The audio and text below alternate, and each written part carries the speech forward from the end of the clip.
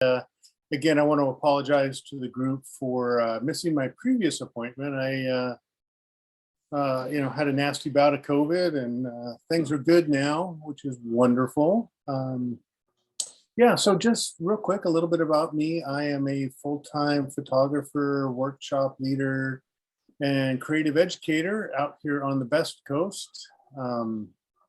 Up in Portland, Oregon is where I've called home for the last 20 years.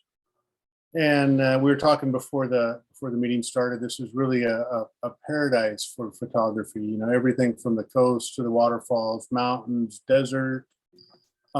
We've got everything up here, and it is such a great location to build this craft and hone the artistry of photography. And so what I'm going to talk tonight about is really about kind of creative photography. It's not just taking a picture, but it's making a picture. It's making an image. And that's really where the artistry comes from. I see myself as a visual communicator. You know, photography is a form of visual communication. And I, as a photographer, am trying to communicate through my images. Whether I want to say something about a story, whether I want to evoke an emotion in a viewer, or even myself, I am trying to do things in my photography, not just document a pretty landscape. And so I'm going to open up my presentation. It'll be about 45 minutes. Feel free to jump in and stop me at any time if you have any questions whatsoever. I'm not going to dive deep into the technical aspects, but I hope to trigger your creativity or your curiosity on different topics to help you potentially pursue further beyond what tonight has to offer. So let's, without further ado,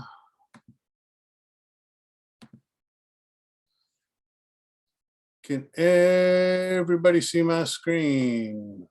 Yes. Yep. Yes. I just gotta hide. I gotta get up here. Let me do this. All right. So stop taking and start making photographs. And really what the point of this whole presentation is to try to inspire people to make your images come alive. Inject feeling, emotion, and stories into your images. Because to me, this is really the essence, and this is my artistic voice. If my artistry is not captured in my images, then anybody could shoot it. So for me as a visual artist, I want my voice to come through. And my voice happens to speak about feelings, emotions, and stories. I like to put people on location, feel the wind, marvel at this beautiful location that we're at, and really have a visceral reaction to my images. Now, the world doesn't need more photographs. You know, every day there's millions and millions and millions of photographs taken. But what it does need is photographs that reveal something or invoke the feeling that touches people on some level. And when you're on location, just think back to yourself. When you're on location, you're having an emotional reaction. It's pretty, it's cold, you're tired, it's awe-inspiring. You have all these emotions going through yourself because you're there on location. How do you capture some of that emotion that you're experiencing and transport that into your photograph for your viewers to also experience? John, sorry for interrupting. Yeah. But we are seeing your previews and everything else. Is that what you intend? How about this? Thank you. Thank you for calling that. I didn't know if you could see that whole thing. Yeah, so that works better. All right. No worries. I don't want you guys reading ahead. So how do you create a compelling image? Well, it's through the use of color. It's through the use of light, composition, patterns, textures, drama, and tension, right? Those are all things that can be present in your photograph that can aid in creating this compelling image or compelling composition. So think about comfortable versus uncomfortable situations. You know, on the left, I have a column of comfortable things. You know, sunrise, sunset, we're all used to shooting that as landscape photographers. Conversely, on the uncomfortable side, there's side lighting, backlighting, low lighting. Using small apertures with a large depth of field is very comfortable for many people. But how about shallowing up your apertures, shallowing up your depth of field to better guide and shape the composition and create a more artistic impression by changing your apertures? You know, fast shutter speeds will stop the motion. Slow shutter speeds, you have to start thinking more about what's going to be moving in your image and how is that going to affect the feel and the emotion of your shot. You know, it's very comfortable to use color. For some, it's uncomfortable when there's too much color or there's no color at all, shooting in monochrome. You know, and low ISO versus high ISO, you know, our cameras these days, folks, are so good at high ISO shots with very little noise. You know, growing up back in the day, I would do everything I could to stay at ISO 100. But nowadays, I'll shoot at 6400, I'll shoot at 12,800 ISO. You know, I'm not afraid anymore to bump my ISO up to these somewhat extreme levels to create the artistic composition that I want. You know, a shot like this, right? This is all about the light. This is shot in Iceland. And this is not a landscape shot that I would normally do. It's kind of boring, but the quality of the light was so amazing that I had to stop and take this image. And it might not come through PowerPoint and Zoom as well as I would like it to, but there's a beautiful warm afternoon light on this glacier. And it's really about photographing the light. You know, vivid light, really, really dramatic lighting, right? It's a beautiful sunrise here in Columbia River Gorge. I spent a considerable amount of time thinking about how much of this incredible color did I want in my composition?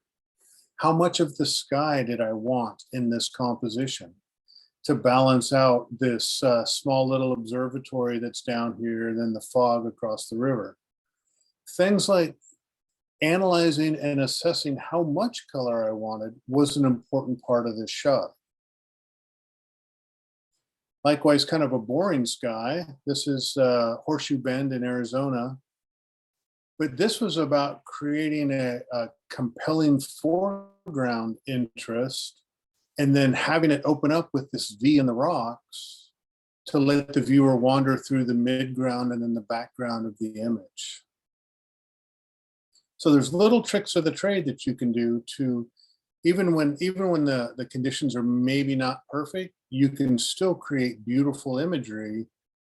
Just you might need to change what you shoot and how you shoot it. One of the things I like to do with my folks on workshops is before they take an image, I'll ask them to use one word to describe your image, or tell me the story that you're trying to capture. And then I also ask people, what one word would others use to describe your image? Because how we see a scene is very different than how others would. So I spend time also talking about putting yourself in other people's shoes. You know, I know that it's almost a cliche, a phrase that we only shoot for ourselves as photographers. And that is very true, but we also share our images. Everybody shares their images, everybody does. And when we share images, it's a psychological fact that we want positive reinforcement for that. You know, it's kind of the dirty little secret. I mean, we all want affirmations. So how, putting yourself in other people's shoes, how would they describe your image is sometimes a very fun exercise. And oftentimes before you take that shot, that one word that you would use to describe your own image might be the story or the subject that you're trying to capture in this shot. And then everything you do, once you've identified your story or what it is you want to do, everything you do should be in support of that story. Oh, this is about soft light and delicate, two words that I would use. This is about serene, calm, pastel, drama, nothing but drama. And something like this we had, this is the Grand Tetons out in Wyoming, and beautiful stormy afternoon. And because I wanted to create an incredibly dramatic image with the jagged mountains and the storm clouds, what did I do? I eliminated everything else. I put on a 400 millimeter lens and a 1.4 teleconverter on a crop body, and I zoomed in as tight as I could to isolate the most dramatic elements that I could, because that was my story, was drama. Explosive, right? This was all about, and this is all about the striations of the clouds kind of mimicking the striations in the rock down below. So you can see almost a mirrored pattern there. Cold. That was a one word I would use to describe that. And so everything I wanted to do, and especially in post-processing, I wanted to preserve that feeling of cold. This morning was about minus, I think it was minus 15 on this morning that we took this shot, and it was cold. Shape. Curve. Yeah, it doesn't have to be a grand landscape. It can just be a concept. This is just about a bent stainless steel rod against a rusty background. It's nothing but shape. So using these kind of descriptive words as you're framing up your composition can sometimes be very helpful for you to figure out what your shot is about. Yes, you know, we point our cameras at subjects, but many images go beyond. It's not just about the subject. It's the subject in the context of what's around it. And it's the subject in context of what emotions are you feeling and what emotions do you want to convey. You know, just real quick, talking about easy light versus challenging light. You guys might get some ideas for your competition coming up. You know, learn to use the available light. You know, that's as a landscape photographer, that's what I have to do. I don't carry any additional lights. And I've really become a student of light over the past few years. And even when I'm driving my car, not photographing, but I'm just driving around, I'm always observing the light. What is it doing to the various colors? What's it doing to the various textures, the patterns that are around me as I'm driving? I observe the light. And so when I get out in the field with the camera in front of me, I am more adept at reading the light and knowing what's going to be a good shot and what's going to be a bad shot. You know, and this is all about shooting the light, not the subject. You know, you may show up on location and have this beautiful image in your mind's eye, but when you get there, the light's not right. You have a choice. You can go home, or you can go find something to shoot with the light that's available to you. And so I really focus on shooting the light, not the subject. You know, and if you really want that image of that one favorite subject of yours, come back again and again and again until you get that right light. You know, and don't be afraid of challenging or unusual light. Shooting into the sun is a great example. I do that a lot. I know some people preach, don't shoot into the sun. I do it a lot because it can create some really dramatic effects. Side lighting and backlighting are also wonderful, wonderful light examples where I've gotten some really unique photographs. You know, soft pastel light, this is the ideal light that we all love, that we all want. You know, again, diffuse light, great for taking all sorts of images. And fog, of course, I love fog. That's my, that's probably one of my favorite environmental subjects to have is fog. I can do a million things with fog. There we go, shooting into the sun. You know, you have to make sure your lens elements are clear and any filters are clean, because it can cause a lot of haloing and refraction as you do this. But you can get some really dramatic effects going directly into the sun. This was a day of really poor light. This is, I lead a workshop up in Katmai National Park to go photograph the grizzly bears. And this is one afternoon with a harsh, horrible light. But that didn't stop me from shooting. I just saw this as a challenge, and I learned to expose so I didn't block up the shadows and didn't blow out the highlights, but expose this image well enough that I could keep on shooting during this challenging light period. Again, this is me shooting the light, not the subject. This is a light keeper's inn for a lighthouse, but it was really about the shadows on the side of the building. I'm shooting the light, not the subject. Shoot the light, not the subject. Shadows on the snow. This is really about the study of light, not about the trees or the snow.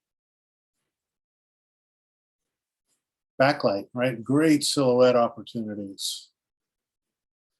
This is one of my clients out in Grand Tetons on a, I think this was about -5-degree day, and there's these thermal springs that were putting off the steam in front of him, and that just created this beautiful silhouette. So look for unique lighting situations. Again, shooting directly into the sun, and what it did was it just made these beautiful petals translucent and start to glow. And this, to me, was the whole shot, was these 3 flowers right here, and what the light was doing to these petals. You know, backlight, side light. Again, unique lighting opportunities that we don't see all the time. This was shot in the Grand Teton National Park, and everybody was looking 180 degrees the other way because the mountains are there. It was just a beautiful, beautiful landscape shot. And I happened to turn around and saw these trees glowing. They were literally glowing with the frost that was being illuminated by the light coming up. It was just right at sunrise.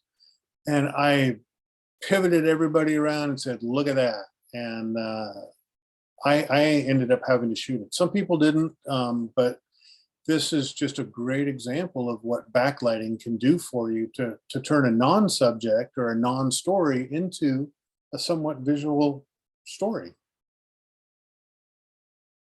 course, you know, light is light. Light beams in Antelope Canyon, right? Learning photographing light. It's all about the light. Even on beautiful sunny days, right? This is all about the light, and it's the tonality in the clouds that really sparked this image for me. And to do this in monochrome, especially when I shot this, I knew I was going to do it in monochrome, have really dark patches of blue sky behind it with beautiful, beautiful clouds overlaid over the top of it. This whole image is about the sky and the light in the sky, and not necessarily about the barn or the grasses. Oh, just to reiterate, there's no bad light. Right? There is no bad light. There's just different light for different subjects. So, you know, even on bad light days when we're on a workshop, we'll go find something to shoot. It's macro. It's shooting in shaded areas. There's always something to shoot, regardless of what light nature is giving us. Shoot the light and then use it as a storytelling element. I mean, light is it's what we do as photographers, right? We capture light in our cameras, on our camera sensors, and this whole photography is based on light. And so really being a student of it and learning how to incorporate light into your photographs in a more creative way maybe will help you to generate some more creative photographs. Now, small aperture, I'll go quickly through here. Small apertures and large apertures. Hopefully you guys all know your depth of field and your apertures, but knowing what's going to work where sometimes is important for shutter speeds. Like in this shot, right, the foreground has to be tack sharp, but the midground and the background don't have to be tack sharp. They can be acceptably sharp. So I didn't worry as much about trying to shoot this at f16, f18, f22. I shot this at f11 because all I cared about was the rocks in the foreground. And it let me play with my shutter speed. So the ocean was of the right texture that I wanted for this shot. You know, creative use of apertures, right? This shot is about the fish hooks and the repeating patterns. But look at the rope at the lower part of the image and then the rope in the background. Both of these are soft, right? I did that intentionally because I wanted to direct the viewer's eyes and keep the viewer's eyes right at the fish hooks. So it was a creative use of my aperture to do that. Shot like this, of course, you want it tack sharp front to back. Hopefully we've all shot railings and things like that with diminishing depth of field as you go off into the distance. Again, shots like this, tack sharp front to back. The thing optically though, and within our brains, is that even if this mountain is not hyper realistic tack sharp, our brain is going to say that's okay, because we're used to seeing scenes like this where we're looking across miles and miles and seeing things that aren't incredibly sharp off in the distance. It's a normal way of viewing things for us, and our brains are fine with that. We don't need tack sharp from front to back in shots like this. All of the shots, I really don't do a lot of focus stacking. I'll do it when I need to, but oftentimes I try to get everything that I can do in one frame. I still use filters in the field, and I do everything that I can to get acceptable sharpness from front to back when I need to in one shot. You know, of course, shooting flowers. This happens to be a dahlia up here. We have some beautiful dahlia farms up here in Oregon, and it's one of my favorite flowers to go photograph. And again, using aperture control for creative effect. This is where you as the artist can either highlight or diminish certain aspects of the photograph to drive the viewer's eyes. Because the other thing, you know, psychologically, we are programmed to look for sharp things. So as a viewer, my eyes are going to go right to the sharpest part of the image, and they're largely going to stay there. My peripheral vision sees this stuff out here to the left, and it knows that it's not sharp, so I don't need to pay attention to it. This is all stuff that kind of goes on in our brains without us paying attention to it. Again, acceptably sharp, so it needs to be tack sharp in the foreground, and everything beyond about right here, it just needs to be acceptably sharp. So I was more focused on shutter speed with this because the wind was blowing and all the flowers were moving, and the light was fading, and so I had to compromise on my aperture to get the tulips to calm down with a faster shutter speed. You know, I think we've all seen shots like this too, isolating your subject with a very shallow depth of field. Again, grand landscapes. And the thing that's kind of unique about this shot, from this little point here in the lower right to these points right out here, all of that had to be sharp. We do not, if this little rock here in the, not little rock, if this big rock here on the lower right was slightly out of focus, it would bother us. Things in the foreground typically need to be sharp unless it's a creative shot like those fish hooks, where I blurred out the foreground and the background. But if my point of focus was out here on these rocks, I was shooting at f5.6 or f8, and this was a little bit fuzzy, that wouldn't work very well. So really be mindful of your apertures. Again, isolating subjects, right? Creative use of your aperture. This is an old radiator in a junkyard. Again, creative use through aperture control. So I would say that this is the easiest creative control that you have in the camera. I use it to direct the viewer's eyes and to accentuate or de-accentuate certain parts of the image to tell the story. You know, as a landscape photographer, sometimes I cannot move objects, and I can't craft the composition perfectly. There may be things that maybe I don't want in there or aren't super supportive of the story I'm trying to tell. And so I may use aperture control to de-accentuate some elements in a composition to get people to focus on the things that I want them to look at. Make sense so far? Yes, sir. One All question. right. Can I ask a question? Sure can. When you're talking about accentuating or de-accentuating your parts of a scene, are you using just your experience on which f-stop to use, or are you using one of the many apps that are out there that'll tell you what your depth of field is? I'm largely using my experience, and there's typically a meter also inside most of the modern cameras that show how big your depth of field is. 10 meters to infinity, 3 to 5 meters, that kind of stuff. At least in my cameras, I have them. I largely just use my experience. A lot of the applications, it's really a hyperfocal calculator. And it'll say, at this f-stop, at this aperture, your scene will be in focus from 2 meters out to infinity.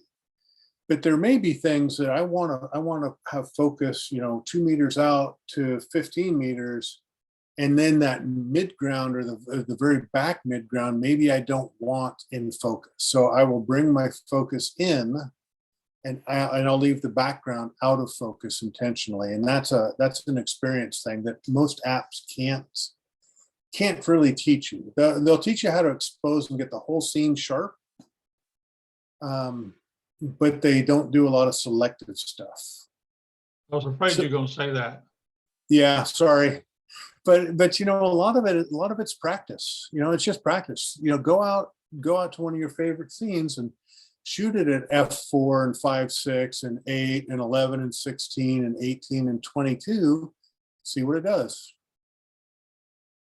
And that's a large part of the way I've learned over the years is I'll be on scene and shooting a shot, and I might shoot it at f8, and then I'll shoot it at f16, and then I'll maybe shoot it at f11. And a lot of the modern cameras today too will show you in the viewfinder what's in focus and what's not. Especially the modern mirrorless cameras, they do a great job of that. But I'll shoot at different apertures, and then when I get home, I'll pick the one I like. Great, thank you, sir. Yeah, you're welcome. You're welcome. Just real quick on shutter speeds. This is again another creative control for us as artists to really kind of add our voice into the image with what shutter speed we may choose to pick. Of course, the most obvious example is motion, right? Here's some very fast jets doing 400 miles an hour, and I chose to stop it, and it looks like they're floating in the sky. Versus I could have panned the image, used, a much lower shutter speed and created a sense of movement. But in this case, right, they're just stopped in the sky. And that was a creative choice I made. And a few years later, I don't really like the shot that much because they're just hanging there in the sky. There's no sense of motion to it. Again, stopping motion, right? There's a bear diving for a fish, 1, 2, there's actually a 6-shot sequence, but knowing the right shutter speed. And if you look at this, if you look at the bear, look at his body, like around his stomach, in this shot, it's very sharp. I had the right shutter speed, but then the bear started moving faster, and ooh, I got a little bit of blur going on in the fur. It's not quite as tack sharp as I want, but I've kept this shot partly because it's part of the sequence, but partly because it gives this little sense of motion that the bear is really flying. He's not just static hanging in the air. So I don't mind a little bit of motion artifacts in a shot like this because I think it brings some drama to the shot. Of course, shooting water, which is the love of my life. I just finished an ebook on the art and joy of photographing water, and it's one of my passions. And this is the most popular creative use of shutter speed is blurring the water. And your choices as an artist is how much or how little blur you want. And for me, I'd love to have striations. I love to see some definition in the water versus kind of the cotton candy effect of a really long shutter speed. So I love using shutter speed to really bring a sense of motion and feeling into water shots like this, or like this, you know, another one back to the same location. You know, again, this has a little bit more motion to it, a little bit less striations in the water, because there's so much texture going on with the rocks here. I didn't want a ton of texture in the water because it might have been too much. And so I chose to smooth the water out a little bit more, still give that sense of motion, not cotton candy, but also have a little bit of a calmer path that the viewer's eyes can follow up through the water back to the mountain. Now, even static objects, I slapped on a 10-stop ND filter, and the clouds were moving slowly overhead. And this is a 2.5-minute exposure. And I got this beautiful sense of motion and movement in the sky over the top of a very static subject.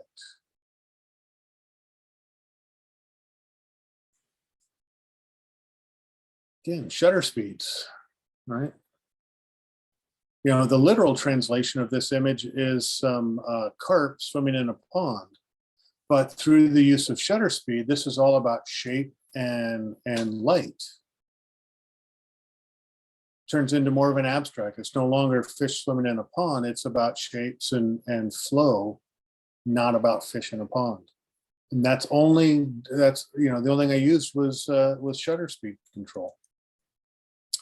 You know, so I use it as a storytelling aid, and you know, in many cases, each shot, especially when you're doing landscape and nature, can accommodate different shutter speeds. So again, experiment.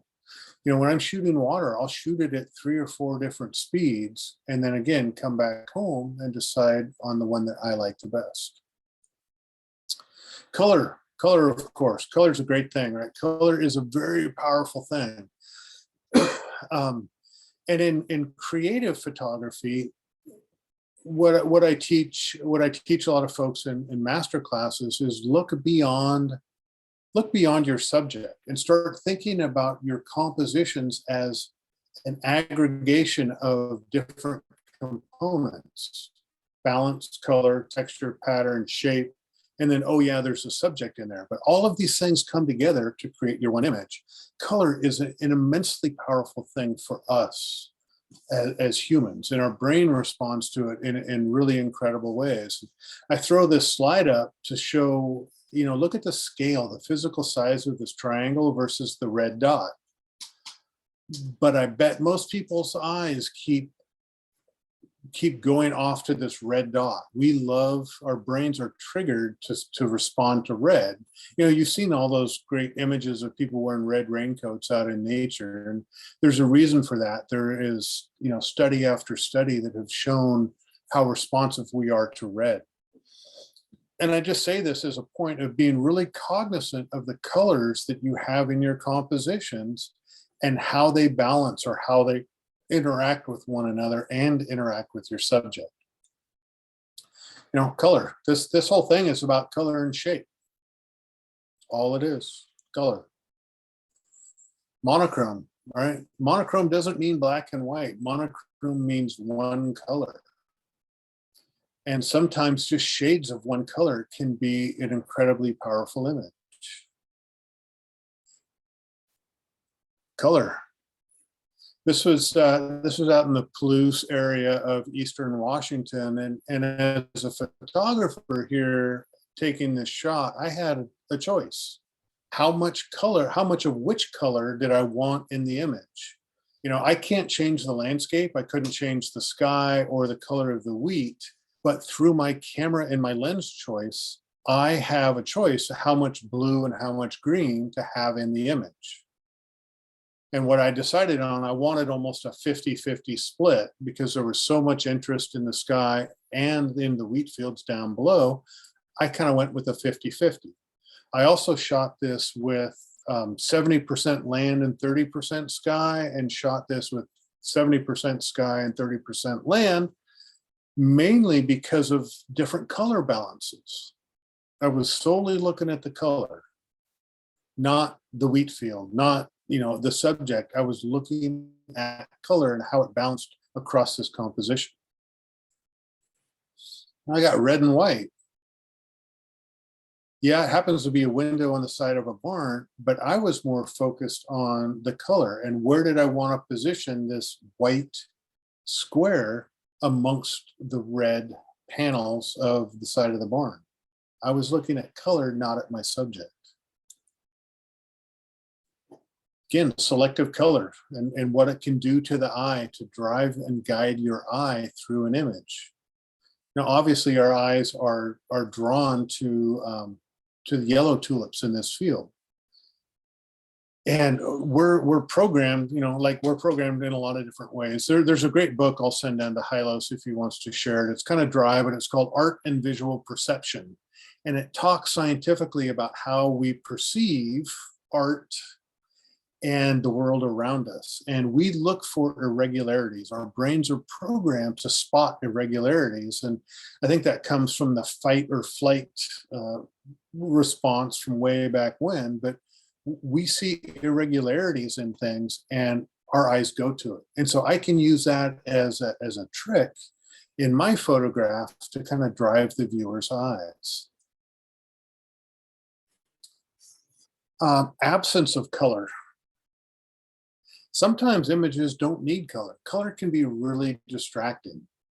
When I saw this shot in the, this is down in the Canyonlands in Arizona. And when I saw this, I was absolutely in love with the flow of the rock, with the shapes, with the shadows, but the color was just disgusting.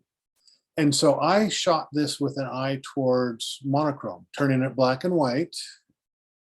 And that's how I composed and executed the shot. I did not want color. Color ruins this image.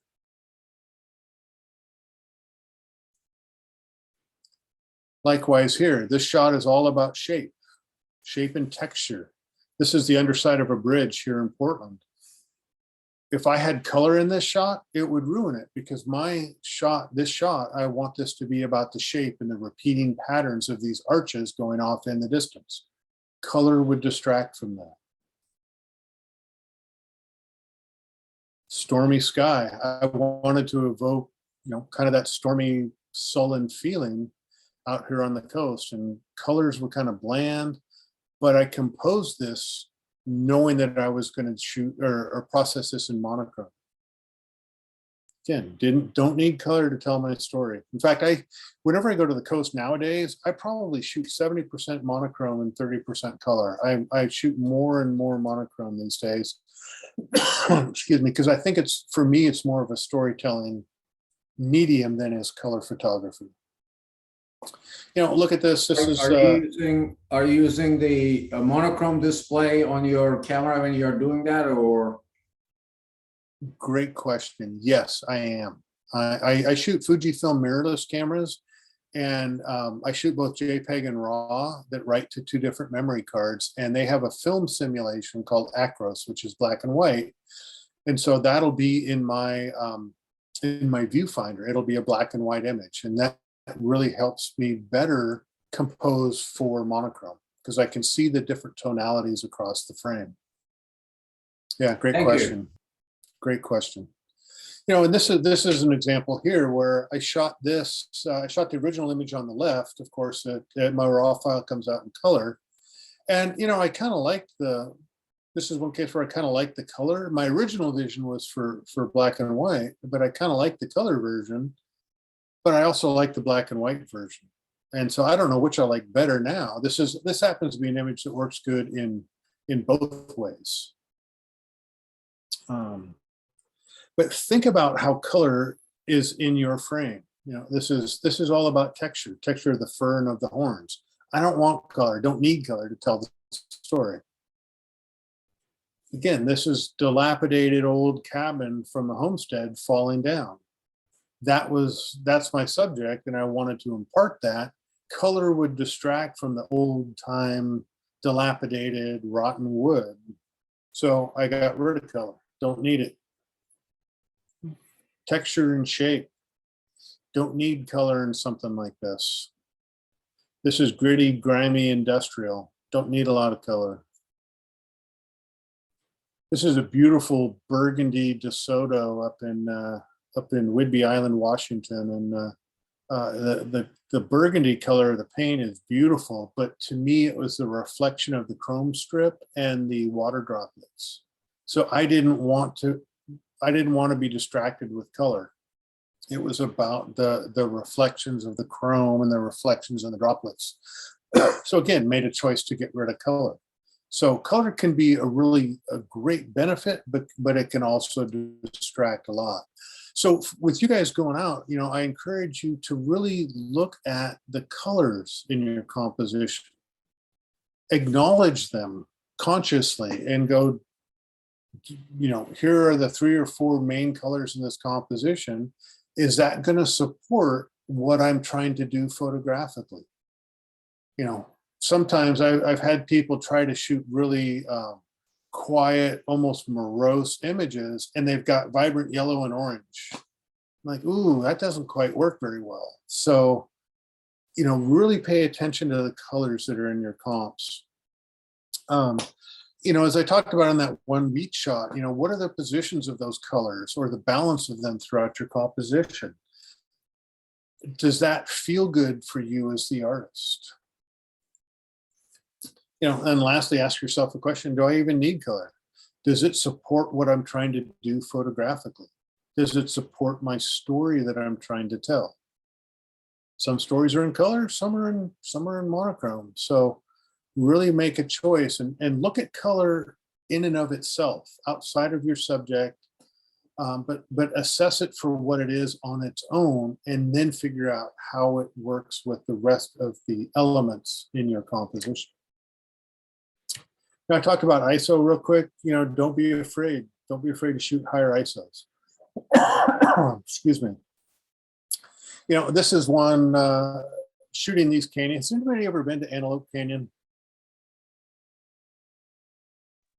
So I haven't.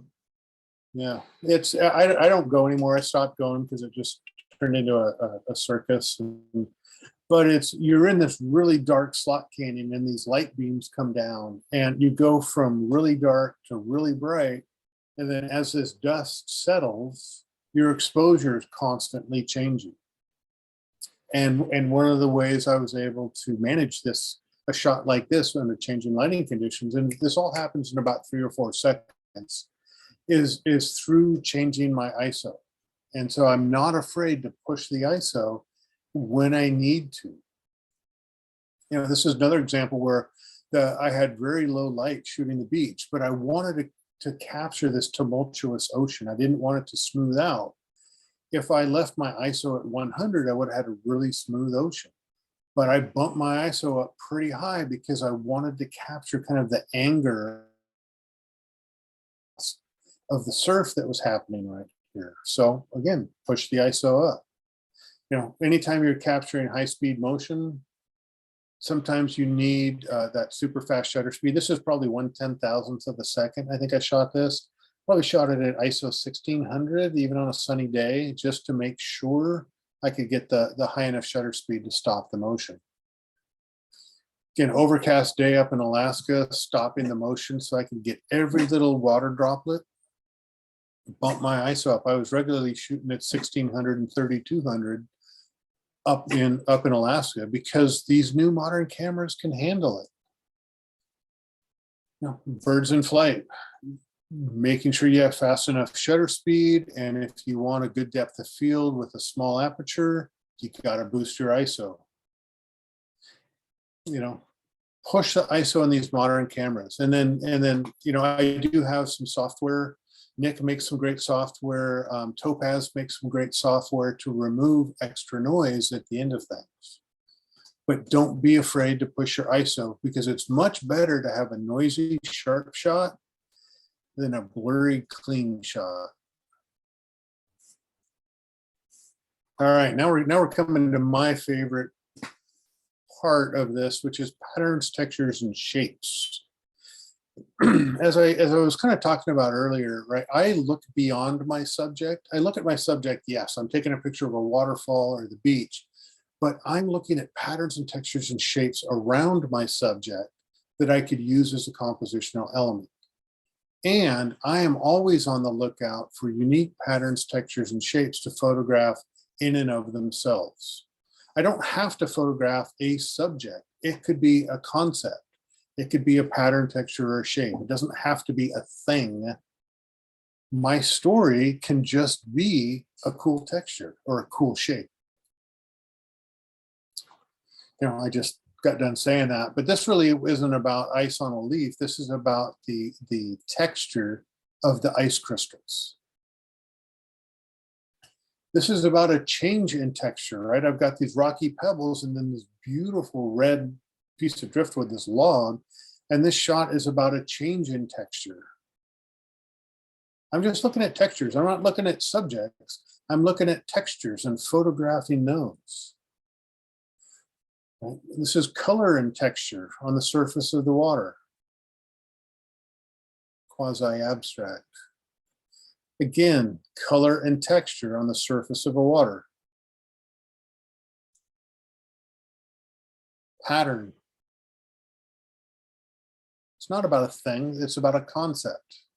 This happens to be on the side of one of the hot springs in Yellowstone National Park. I just loved it. It looked like travertine to me, and so I wanted to take a shot of this. Texture, repeating patterns, and rust. I love rust. I'm a rust guy, but this is all about repeating patterns and the texture of this coil. This was some cable that was used to haul cable cars in San Francisco. I was with my family. We happened to be going through the cable car museum, and I saw this amazing texture and just had to photograph it. It doesn't have to be a thing. It can be a texture. This is about shape and color, aquamarine to orange. And this is the site of a thermal hot spring in Yellowstone, but it was the colors and the shape of this small little area that caught my attention. Doesn't have to be a thing, doesn't have to be a grand landscape. Pattern, shapes, textures, and colors. Anybody know what that is?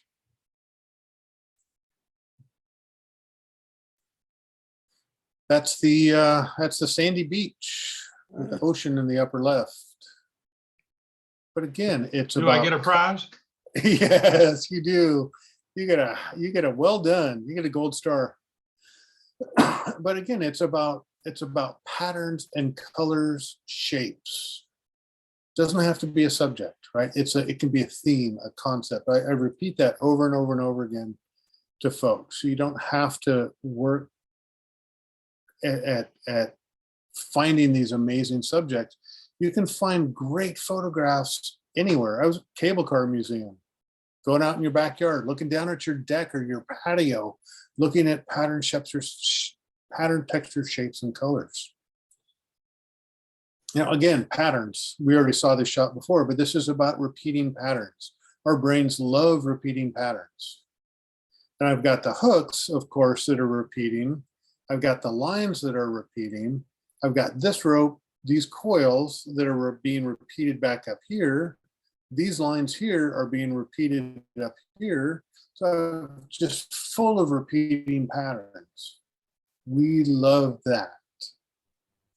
So, as I've said over and over again, a good photograph doesn't have to be about a thing. It can be about a concept. Be observant. Look around you. Look for patterns, changing patterns, shapes, colors, all of those types of things.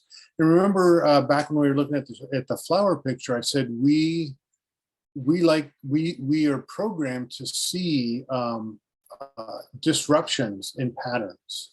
And so I'll look for a lot of things like that. There could be a smooth sidewalk, and then there's one thing right in the middle of all this smoothness that breaks the ongoing pattern. and I can photograph that. Anything that's sort of different out of the ordinary. And this is really and the way to be observant is to start training your eyes. Hopefully, you know, as photographers, I think we all see the world around us very differently. But taking things to the next level and looking beyond the obvious and looking at patterns, textures, and shapes in sort of an abstract concept helps us see interesting photographs. Any other questions on this subject or in this section?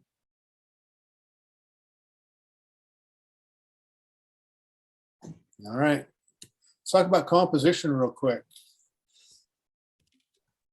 This is where you make a photograph, not take a photograph. You are the artist. You have the camera and the lenses. You can decide what's in your photograph and what's not in your photograph. So this is the art of photography to me. So what is included? Yes, I can't move rocks. I can't put trees in the landscape. I can't alter the landscape, but I can change my perspective of that landscape based upon what focal lengths I use, my position. Is my tripod raised up? Is it down close to the ground? I've got all these creative choices about what is included or not included in my composition. What's not included is as important as what is included. Going back to the beginning when I said, you know, pick a word about your image. Oftentimes I'll ask my students, I'll say, what story are you trying to tell? They'll give me an answer, and then I will look through their viewfinder and say, well, you have this element over here. Does that support your story or not? Well, no, not really. Okay, well then why is it in your shot? Get rid of it. You have this thing down here that is distracting to the eye. Is that part of your story? No, not really. Well, then get rid of it. A large part of composing a shot is eliminating things. And I really preach simplifying and isolating. Because as visual communicators, if I am not communicating clearly to my audience, if I'm using all of these words that don't make sense, or I'm not getting to the point, my audience is going to leave me. So I want to be as crisp and as clear in my communication visually with my audience as possible. So I look at what needs to be in the shot and what needs to be excluded from the shot. And you know, everything that's in my photographs, I hope, will be a unified voice. It'll all go, to support my story or my feeling or my theme of my composition. You know, things I'll look at also as I'm composing the shot is how is it arranged? Are there leading lines? Are there things that are blocking the vision? Where are the viewer's eyes going to travel? Our eyes naturally go to the brightest parts of an image. So where is the light distributed around the image? How is the viewer's eyes going to go back in the image? And are they going to look at the areas that I want them to look at? Is the image balanced or unbalanced? How is the light interacting with my subject and everything around my subject? Do I need to change my position? Then what are the relationships of all of these different compositional elements? Not just things, but concepts, relationships of concepts, lights and dark, light areas and dark areas of the image. How are those distributed throughout the image? How are colors distributed? Where is the visual weight in the image? And do all the elements in my image feel like they're harmonious? Do they all sort of belong there and feel good? The way to do all this stuff is to slow down. You can't go through this whole list of things and evaluate your composition if you're moving fast. So I still advocate the use of a tripod because it does the one thing really well, and that causes you to slow down. So you can look through the viewfinder, assess your composition, step back, step forward again. You have all this time to craft your composition. So let's just real quickly talk about inclusion. What's included or what's excluded in an image. You know, typical Pacific Northwest waterfall shot, right? This is Lawtrell Falls in the Columbia River Gorge. My first creative artistic choice is, all right, I'm going to shoot the entire waterfall. All right. To me, I don't like this shot. It's boring. Mainly because I've shot this hundreds of times, but to me, there's not a lot of artistry to this. It's just a basic postcard tourist shot of the waterfall. I was here. Cool shutter speed. Yeah, I like that part, but there's not much to it. What if I wanted to get more creative with this waterfall? What could I do? I could zoom in a little bit. For anybody who's seen, a fair number of waterfall shots, you instantly know that's a waterfall. I did not need to include the entire waterfall for the viewer to know that this is a waterfall. So instantly, going from basic shot to that instantly has a more creative feel to it. Now, if I wanted to take that a step further, look at that. Same waterfall, 3 different focal lengths, 3 vastly different shots. This is about the art of the composition.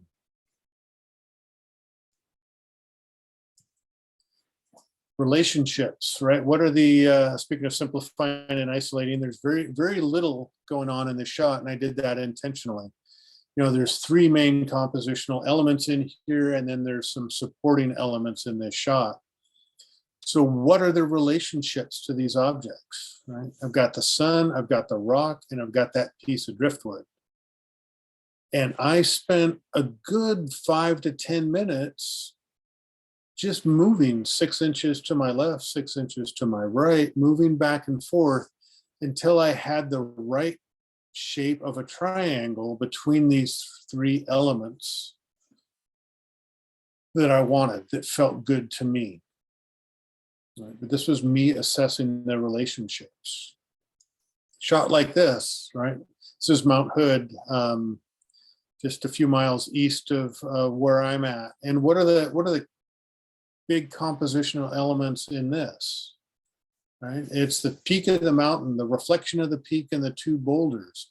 How are those oriented and positioned around one another in the image? And do I like it? Is there enough space between this rock and the top of this? And it's almost equidistant to this rock over here. So I've got this great little kind of equidistant triangle here. Excuse me, I've got enough space from the top of the mountain to the top of the frame. This space between here and here it's greater than any distances I have. So that's sort of a standalone relationship. But these are things that I think about and I look at and analyze when I'm in the field. What are those important parts of the comp and how are they related to one another? Balance. Balance is another thing I spend time in the field thinking about. And balance is both positional balance, left and right in the frame, as well as tonal balance throughout the image. The most obvious, right? Look at this dark tree line and look at this tree line. It's balanced. This bank of texture here, this bank of texture over here, I've got balance and symmetry. These rocks in the foreground, how they're in an inverted V, guess what? That mimics the shape of this mountain. I've got all this balance going on in this shot that feels good.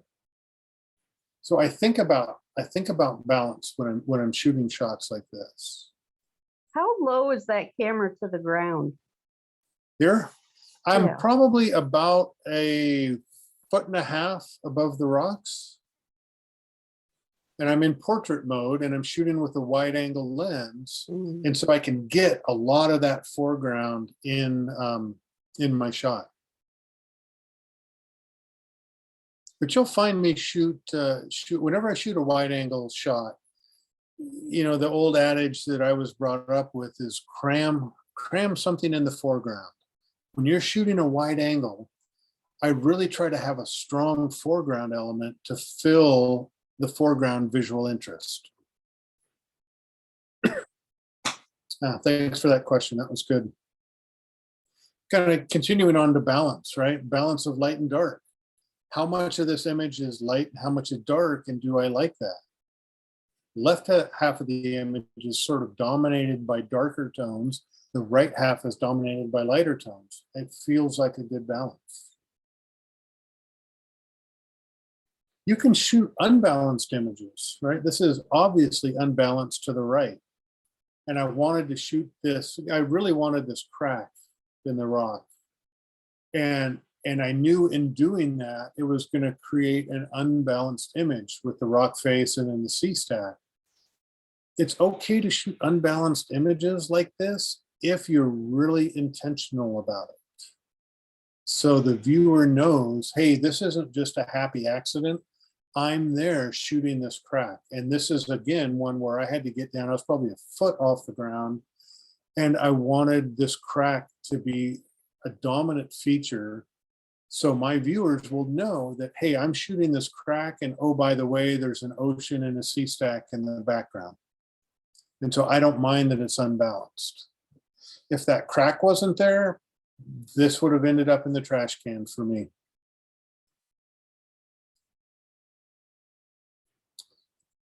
Balance of color. Kind of like that other wheat field shot, right? I had a choice. I've got three colors in this image. I've got the blue-gray up top, the darker green, and the light green. Those are the three dominant colors. I had a choice photographically how I wanted to balance the colors in the image.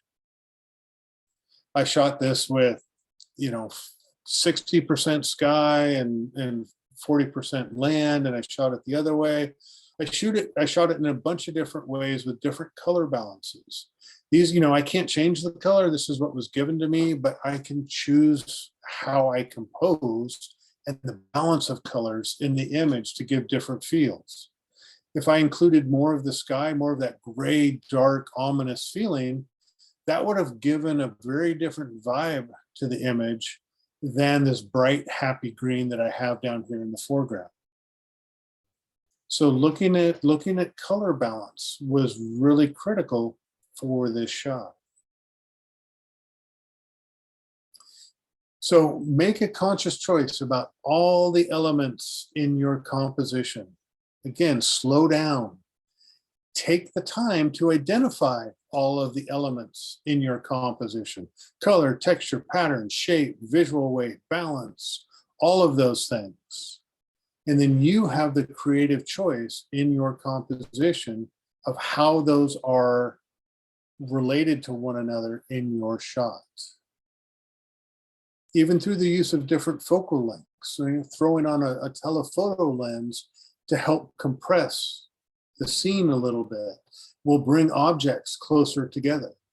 And so that creates a different relationship than if I was shooting a wide angle lens and the elements are really spaced far apart. Those are things that go on in my head as based upon the lenses that I have and what I want to do with the shot. I'm always assessing the relationships of objects in my shot.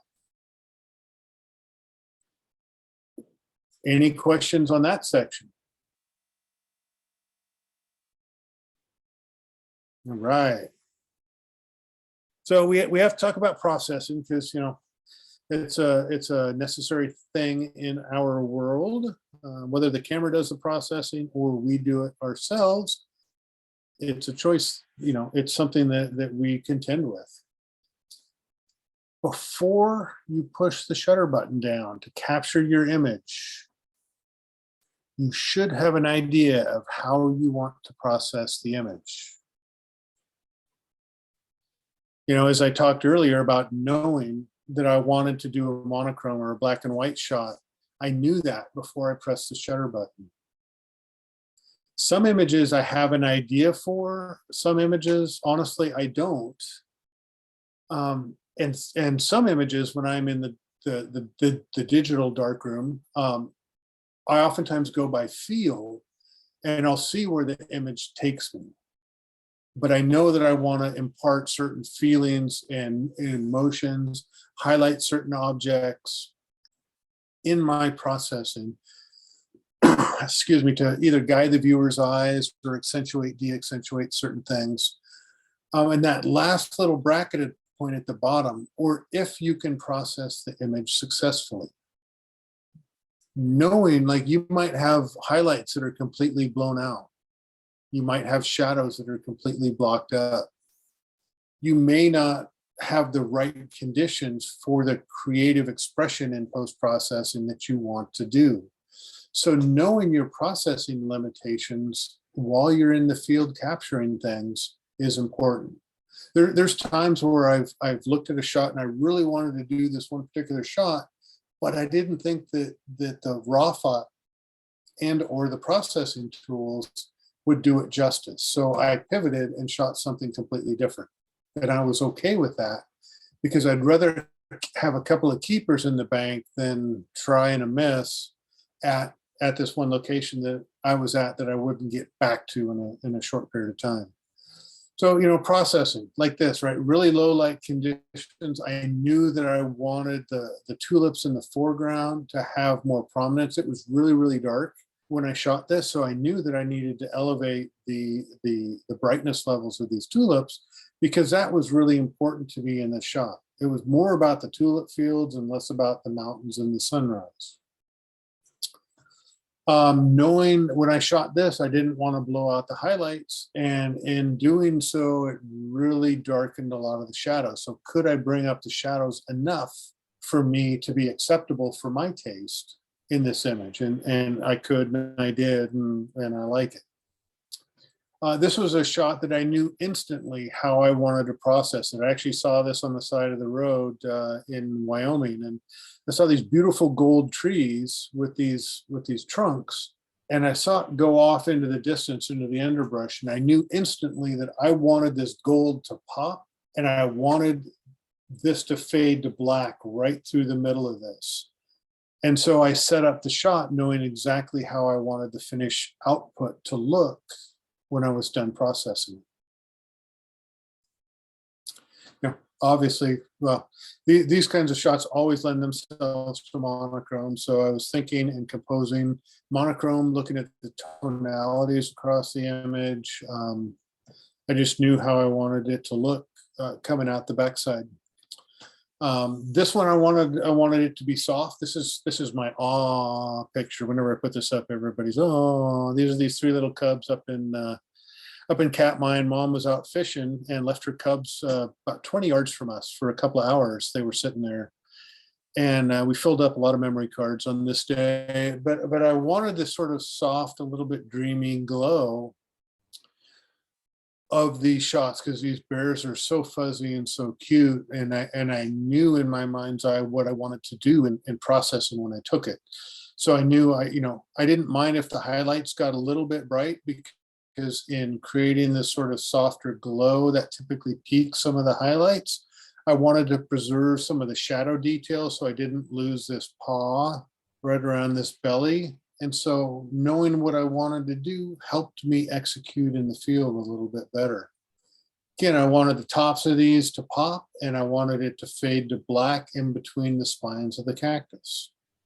Wanted to maintain the cool tone, so I really watched my white balance as I shot this in the field because I wanted to impart this cold, frozen feeling in the shot. I don't know what I was going to say about this shot, quite honestly, other than I like it. I mean, this is a pretty shot. This another dahlia flower. I think partly whenever I shoot flowers, I really am cognizant of the shadows up here, and back in here, and trying not to lose too much detail on those shadows. Because I like a lot of my flowers to be fairly even exposure across the flower. Not wide dynamic range in my flower shots. And so I work really hard to kind of balance my exposures in the field. This is a shot all about color, nothing but color and shape. And so I wanted to capture, I didn't really care what was going on around me. So I wanted to capture the most mid-range information that I could, because that's where a lot of this color is. And so I worked with some filters, and didn't want to have too slow of a shutter speed because of the steam rising up off of the top of this hot spring. But these are knowing that I really wanted to pop the colors in the end, that guided a little bit of what I did out in the field. And obviously fast shutter speed. And again, anytime I'm doing this, I didn't want to block out the shadows of the bear. This, I wanted to add grunge, and I knew it when I shot it. I knew I wanted to grunge this up a little bit. So I shot this. Yes, I wanted to put the round life preserver in the middle, but I was really cognizant of all the grunge on the buoys around the life preserver, and not blocking out the shadows of these things, which was really easy to do. I had to take 5 or 6 shots before I got one that I was really happy with the exposure and the depth of the field, and then I grunged the heck out of it in post to create this sort of vibe in this field that I wanted out of it. You know, greens and golds, or sort of pewters and golds.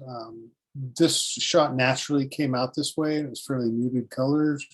And I saw it at the time, and I knew I didn't want to touch it in post. So I really worked to have as neutral camera settings as I could as I was shooting, because I wanted to preserve these natural colors as they came out.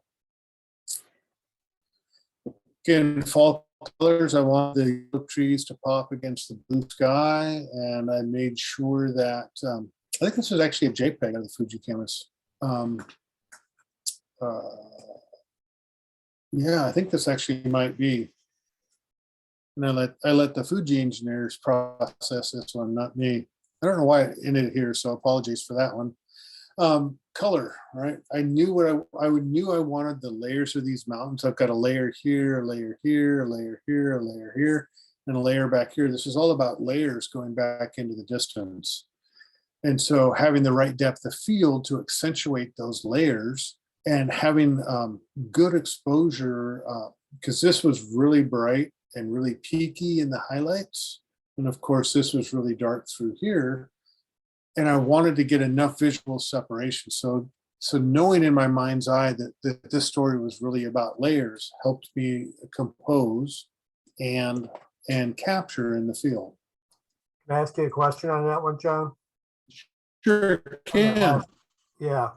So on this one, the clouds, is the blur in the clouds from slow shutter? Or did you add that in post? Yes. Okay. Yep, actually it was. This was really low light. This was pre-sunrise in the eastern Sierras of California, and so it was a long shutter speed, and there was some high level winds pushing those along. And The contrast. kudos to you for seeing that. You know, a lot of people don't even bother looking up at the sky. Yeah, just the contrast to the rocks being that sharp against the blur of the clouds adds another level. Yeah. To the end. It's very nice. Yeah, thank you very much. Yeah, I think it does. Again, knowing that this doesn't come out very well in PowerPoint, but there's this beautiful pink alpenglow on the mountains. This is out in Norway a couple of years ago. I took a workshop out there during winter and had just an amazing experience out in Norway. But this is about vibrancy of color. And I knew that when I saw the scene and unfolding before me. And so I knew how I wanted to process this when I captured it, and didn't want to get too creative, but I wanted to have the right colors in the mountains up here and the mountains in the reflection. Repeating patterns and tonality, you know, the rope and the wood block. This is all about, you know, patterns and textures. And when I saw this, it's very subtle, and I don't know if it comes through in Zoom, but the highlight of coming from where the direction of the light is right here, contrasted against the darker parts of this rope, you know, all up and down this, it's that same effect. That's really what captivated me about this shot and why I took it. Oh, and it's a very subtle thing. But I worked in post to preserve that sort of shadow, that darker shadow detail, and I pushed these highlights as hard as I could within reason, but kept a fairly even tonality across the image. But it was this that I saw in my mind's eye that I wanted to really bring out sort of that warm tone of the rope in the wood. And again, red color pop. I knew instantly what I wanted. I wanted these rocks with that red color pop, and put on a polarizer, cut as much glare as I could. And I knew I wanted these areas the shadow areas to go almost to pure black. And I saw that when I was photographing this and knew how I wanted to process it. Again, one giant color pop, see an enemy. Working to minimize reflections out here as best I could. I still have reflections down here, which I thought I could live with. But I knew this was about vibrancy, and I worked really hard in post to make this as vibrant as I could without overcooking it, to get that pop, that color pop that I really wanted. Pre-sunrise, just as the sun's starting to come up, I wanted to leave the barn in shadows. I knew how I wanted to in post, I could have brightened this barn and made it look like daytime or whatever I wanted, but because the quality of the light says sunrise or close to it, I wanted to leave this in shadows. Processing choice that I made in the field and made sure that my camera was set appropriately. This is all about detail, right? And I saw this and knew this in the field. Detail, and then these little drops of water that you see here. This is a water drop, and this is a water drop. And so, and then I wanted everything to sort of fade to black. So I had to move my camera because I wanted this background as black as possible. And you can see I still have a little bit of highlight stuff coming through here. I couldn't eliminate it all, but I positioned my camera to minimize the amount of noise that are behind the links, and then just nailed the focus as hard as I could right down the middle of the image right here. Soft light, and I wanted to kind of give this sort of calm, soft light feeling. And that was why I took this shot and composed it with these 3 icebergs, with the glacier and the snow behind it. I wanted to bring some calmness to it. So I didn't want a lot of vibrant color or explosive skies in this. And this was all about bringing out detail, popping the contrast. And in shooting macros like this, I focus on the shape, right? It's shapes of these veins of this leaf, texture of this little micro texture that's here. These are the things that I focus on when I'm photographing. And then I knew in post, I wanted to bring out as much texture as I could on the backside of this leaf. So it's about subtle texture on the leaves. And could I bring this out in post, this white, it's actually dew or mist from the water. So could I bring that out and highlight it in post, which I could. It's about seeing underneath the water. This is the whole shot. I mean, the mountain behind it is boring to me. I don't like the mountain, but the whole shot is right down here at the bottom. And could I cut enough glare in the field with a polarizer? And then could I bring out enough color in this grass that's under the water to make a meaningful shot? I was pretty happy with how it came out. And I like how the tonality or the color of this grass, it is sort of mimicked here on the far shore. And so I have a little bit of tie-in between the foreground and the background.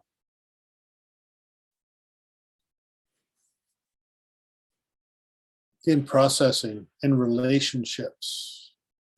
Where am I in relationship to the trees, and where are they in relationship to the barn, in relationship to the mountain? Where is the peak of this barn in relationship to the peak of that mountain? What kind of color palette do I want? Not that I don't really change the colors in the sky, but I can choose to accentuate or de-accentuate the color in the sky. Not a lot, just a little bit.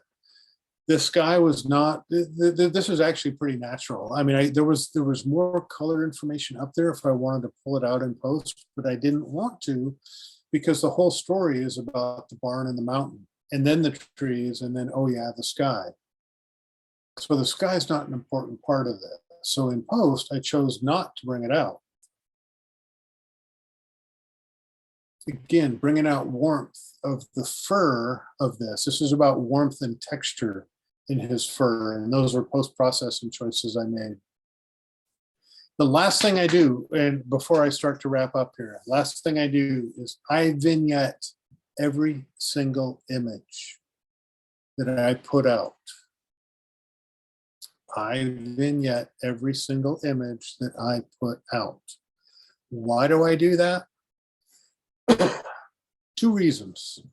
Number one, in most of our photographs, our subject is towards the center of the composition. Yes? 95% of our photographs, the subject is towards the middle. And if you see here, these red houses and the mountain, that's the subject. Where is it? It's in the middle of the shot. By adding a vignette to the image, I darken the borders of this. It drives the viewers to focus on the brighter parts of the image, which is typically where my subject is. So I vignette to drive the viewer towards the center of the image where the subject is. The second reason I vignette an image is that it typically adds a little bit of depth and dimensionality to the image. Remember, we're shooting three-dimensional subjects on a two-dimensional media. Photography is two-dimensional. And so anything that I can do to help bring back a sense of depth to my images makes them feel more lifelike. So I vignette every single image that I put out. I'll say that over, that's my mantra. I really do it. It's a matter of course before I post an image is I will publish or I will vignette it. Some images require more or less vignetting. But it's something that's cheap and it's easy to do, and I think it has a dramatic effect. Whew, that was a lot. So before I move to closing, are there any questions that popped into people's heads? I'd like to ask, what do you think are the best couple of lenses for landscape photography?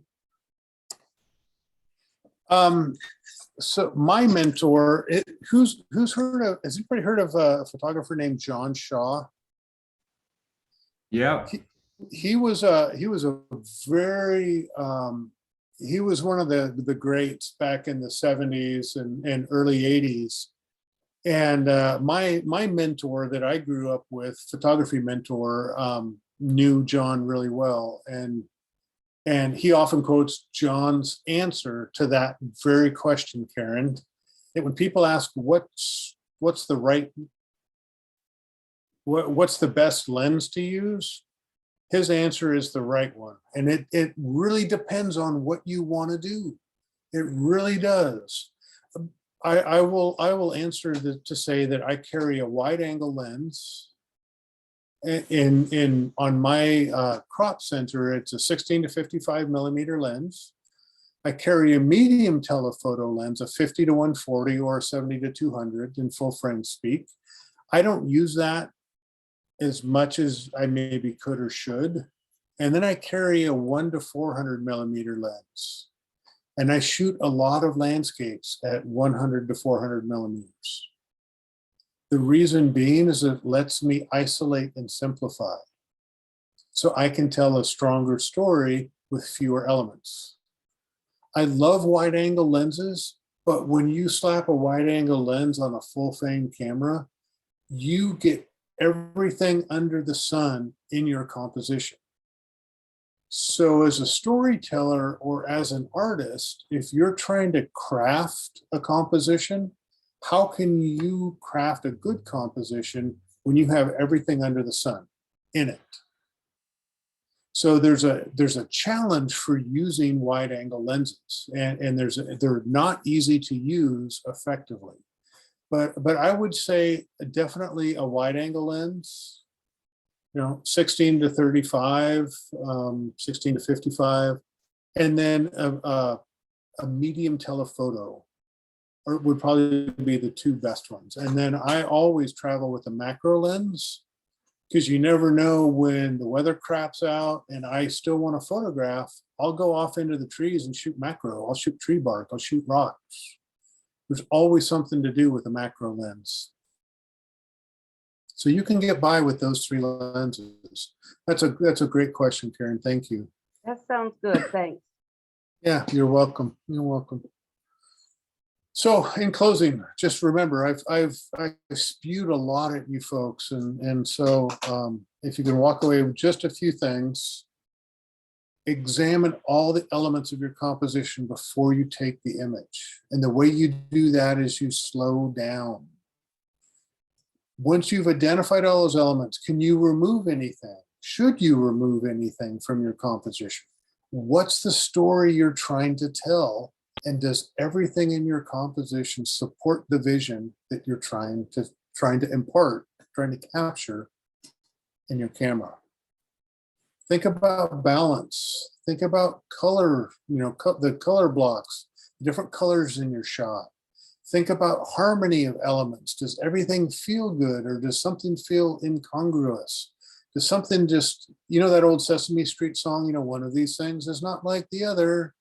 We don't want that in our photograph. We want everything in our photograph to support one another, to feel part of a whole.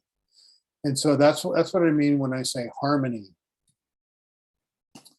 What are you trying to say? Before you press that shutter button,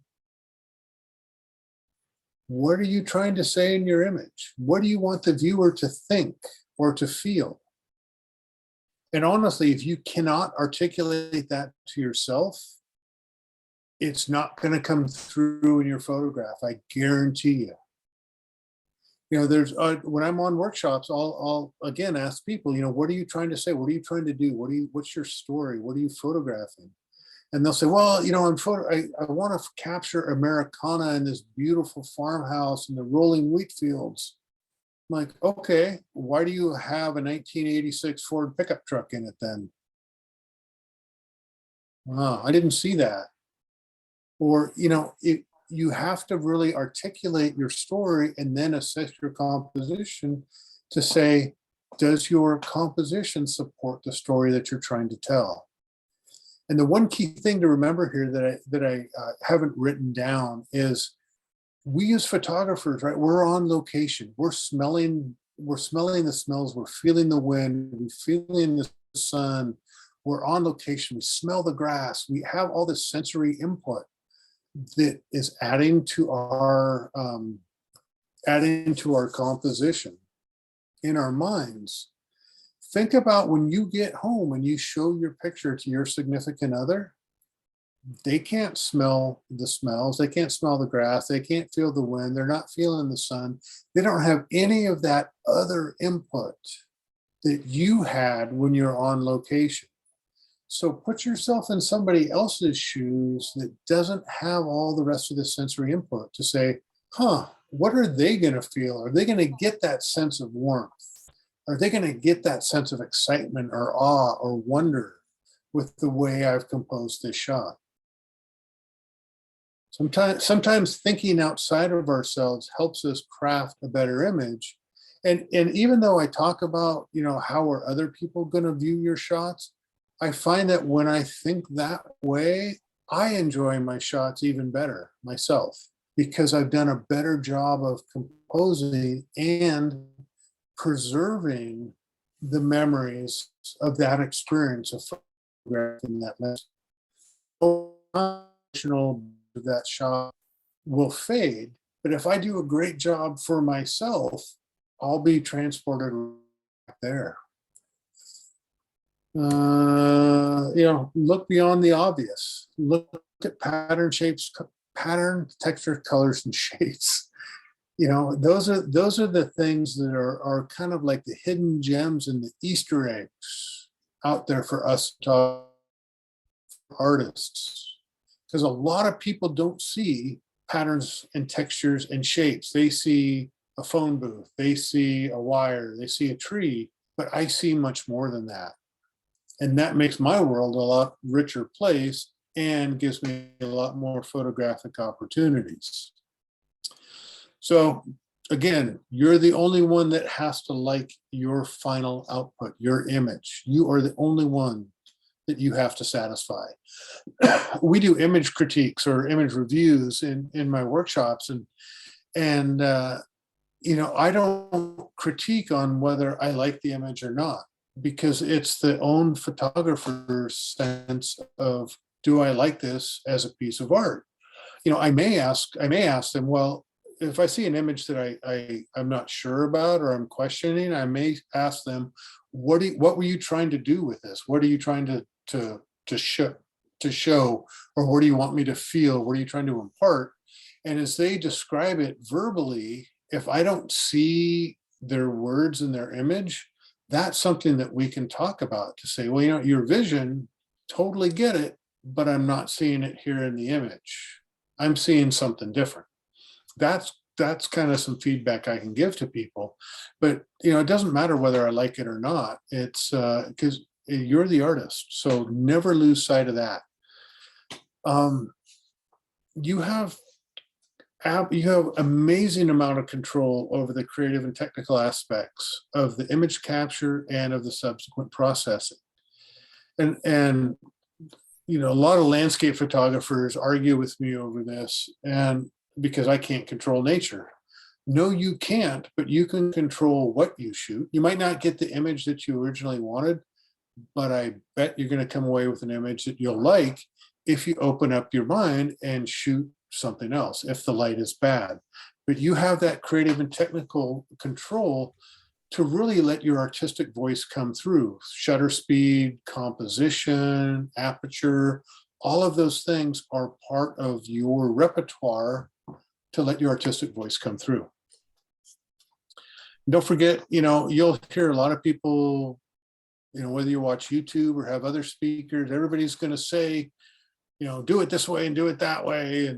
And there's a million different ways to get to the same result, and they're all good. They're all good.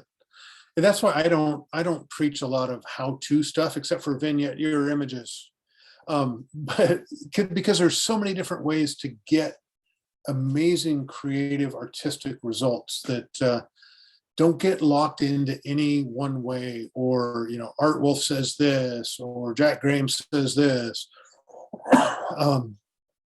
You're the artist. You are the artist. And again, visualize your processing before pushing the shutter button. And processing, that's again your artistic voice and your artistic vision. Everybody has got their own way of doing things. Look to others or look to experts for advice, maybe, but don't take it as gospel as that's the way to do it. And that's it. I'll shut up. Thank you guys for listening so much.